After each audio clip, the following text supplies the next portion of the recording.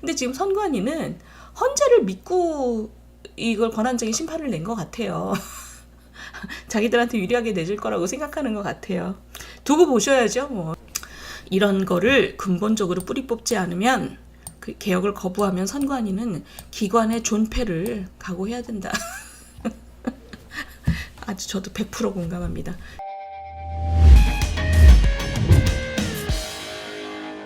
선관위가 이번 주에 저거 했죠? 우리가 그 감사 받겠다. 그러니까 국민들이 너무 싸늘하게 보니까 선관위가 더 이상 뭐 헌법 정신에 의해서 우리는 저 감사 안 받을 거야라고 버티질 못하는 거죠. 그래서 받겠다라고 얘기를 했습니다. 근데 받겠다가 그냥 깨끗하게 받겠다가 아니라 이 사람들이 구질구질해요. 지금 보세요. 특혜 채용 부분만 받겠다. 참 구질구질하죠. 특혜 채용이 어째서 가능했고 그게 어떻게 10년 동안 이렇게 덮여져 있을 수 있었는가를 보려면 저는 전체적인 직무 프로세스를 감사를 받아야 된다고 저는 생각합니다. 근데 이분들이 지금 계속 구질구질하게 굴고 있어요. 국민들이 너무 싸늘하게 보니까 받기는 받는데 특혜 채용만 받겠다. 그래서 보시면 국민적 의혹이 너무 크기 때문에 우리가 받겠다. 일주일 만에 입장을 바꿨습니다. 그런데 이분들의 이제 구질구질함이 나타나는 게 이거예요. 선관위 고유 직무, 그게 뭐냐? 선거관리죠? 선거관리는 감사받는 게 헌법 정신에 부합하지 않는다. 왜냐하면 독립적이어야 되기 때문에. 그러나 감사원과 선관위가 다투는 것으로 비추는 것도 바람직하지 않다. 그래서 헌재에다가 그 해석을 요청하겠다. 권한쟁의 심판을 청구한다. 그러니까 여기에 대한 반대가 뭐냐면 감사원이죠. 감사원이 지금 뭐라 그러냐면 선관위가 감사 부분 수용하겠다고 얘기하니까 감사원이 웃기고 앉았네요. 피감사기관이 감사 범위를 왜 정하냐 이런 거죠. 그러니까 너네는 피감사기관이야. 문제 있어서 감사받는 주제에 범위를 왜 너네가 정해 이런 거죠. 감사원 얘기는. 범위는 감사 주체가 정하는 거야 우리가 이렇게 얘기를 했어요. 그러니까 지금 이 선관위가 좀 전에 요 얘기가 이래서 나오는 거죠. 우리 너네랑 다투지 않고 헌법재판소에다가 권한쟁의 심판을 청구할 거야 이런 거죠. 그런데 그러면 이게 뭘까요? 시청자 여러분들 저 뭘 느끼셨어요?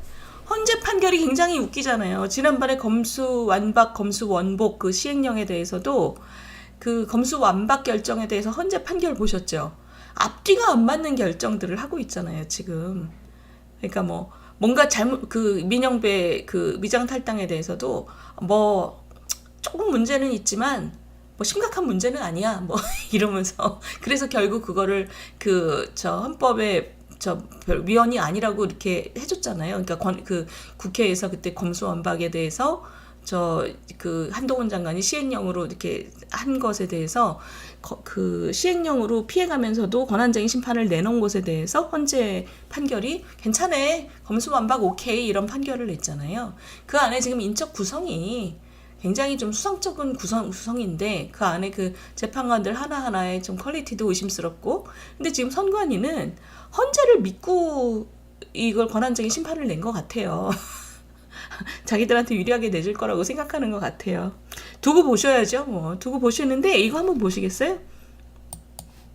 자, 이번 주에 문화일보에서 굉장히 잘 쓴 칼럼이 나왔습니다. 이게 검사 출신 변호사 김종민 변호사라는 분이 이 선관위에 대해서 쓴 칼럼인데 아주 잘 썼어요.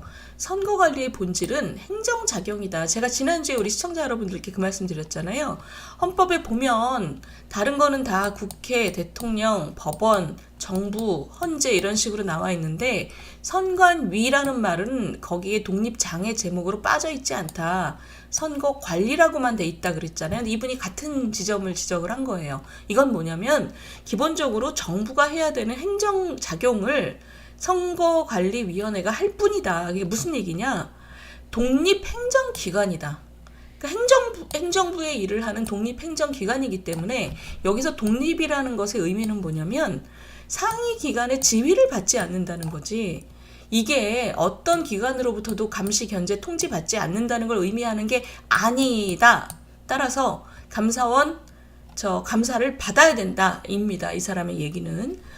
그러니까 독립적이라는 건 직무를 함에 있어서 다른 기관의 이 지휘를 받지 않는다는 거지 기본적으로 행정기관이기 때문에 감사원 감찰 대상이라는 거예요. 근데 이 김종민 변호사가 이 부분을 많이 보신 것 같아요. 보세요. 선관위원장을 위원 중에서 호선하도록 헌법에 들어있는데도 현재 아무런 법적 근거 없이 대법원장이 지명하는 대법관이 비상근 선관위원장을 맡아왔다. 그랬기 때문에 사무총장과 상임위원이 선관위를 좌우하는 구조. 그러니까 지금 이게 법적인 아무 근거가 없답니다. 그러니까 선관위 사무총장하고 지금 사무차장이 다 자식들 지금 채용 비리로 지금 이번에 옷을 벗은 거잖아요. 이런 일이 지금 거의 법적인 근거 없이 이루어지고 있다는 거죠. 그래서 이분 얘기는 이 선관위원장 선출부터 지금 헌법 규정에 맞도록 다시 뜯어 고쳐야 된다. 그리고 조직과 업무 범위가 너무 방대하다. 이게 지금 보세요. 우리나라는 선관위가 3,000명인데 미국은 연방 선관위 직원이 500명이랍니다. 그러니까 우리나라는 오만 업무를 여기다 다 엎어놔가지고 너무 직원을 많이 뽑게끔 해놨다는 거죠. 선거관리라는 본질에 충실하게 만들어줘야 된다. 그러니까 이 얘기는 뭐냐. 보세요.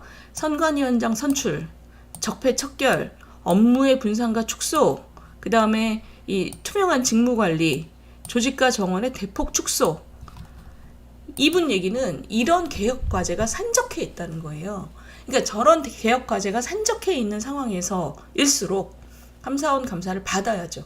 감사원 감사가 전반적인 직무의 흐름을 보고 이거는 확 잘라내야 된다라든가 이런 개선안을 제안을 해야 되잖아요. 이런 건 검찰이 할 수 있는 게 아닙니다. 검찰은 위법을 했는지만 보는 거고.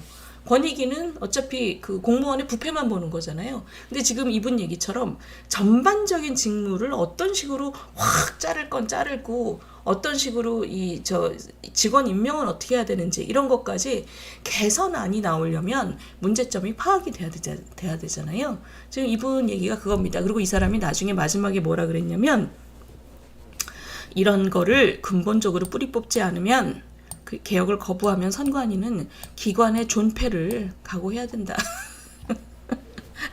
아주 저도 100% 공감합니다. 지금 개혁의 기회가 주어졌을 때 해야지 그러지 않으면 진짜 저거 없애자는 얘기 나옵니다, 이제.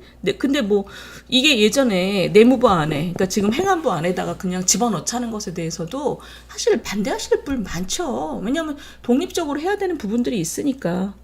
근데 지금 그렇게 되기 전에 제발 좀 개혁 좀 해라 이런 거죠.